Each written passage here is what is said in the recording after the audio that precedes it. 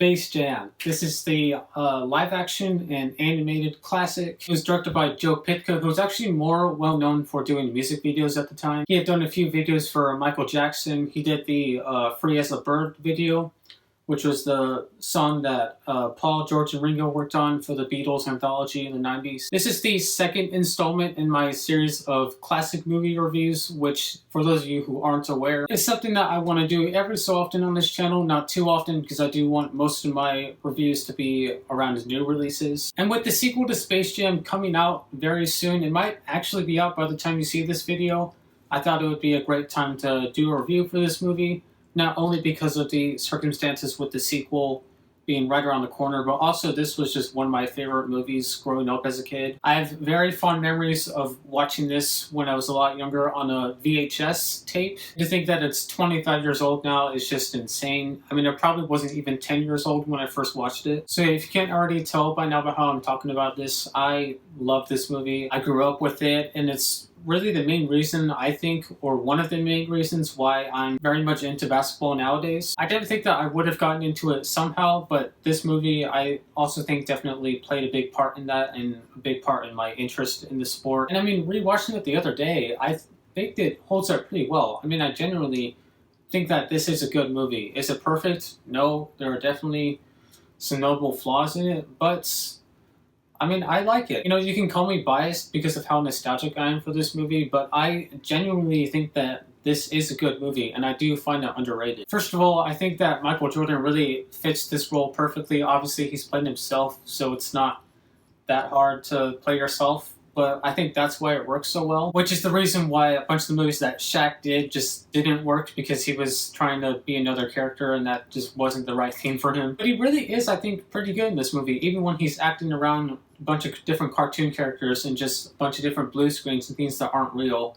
He really sells it pretty well, for the most part at least. One of my favorite characters in this movie is Wayne Knight as Stan, who is one of Jordan's assistants. I just think there are so many funny parts with his character, like when he's looking in the golf ball hole and he's like asking Michael to come back because he has a baseball game, and like just so many different funny parts that I remember laughing a lot about as a kid. It's not on par with Newman per se, but it's still a very funny character, I think. Other standouts to me would be Danny DeVito, who plays Swackhammer. He's the proprietor of the Moron Mountain. I also do find it pretty funny, the dynamic between Bill Murray and Larry Bird, and how Bill Murray is like trying to get into the NBA, and they're just like, no dude, you don't have a chance, no way. I'll be honest with you guys, it is kind of hard for me to actually like find some big issues with this movie. I mean, obviously it's not a perfect movie, but just because I have such a close affinity with it and I grew up with it and I love it, it's just kind of hard to actually kind of pick it apart in a way. But I will say that there are plenty of moments that are very cheesy and very dumb. Like, I think the opening scene when he's a kid and he's shooting hoops and he's like basically listing off everything that he wants to do with his life. You know, he's like, I want to play in North Carolina. I want to be part of a championship team. I want to go into the NBA. Then I want to play baseball. He's literally listing off everything that Michael Jordan had done at that point.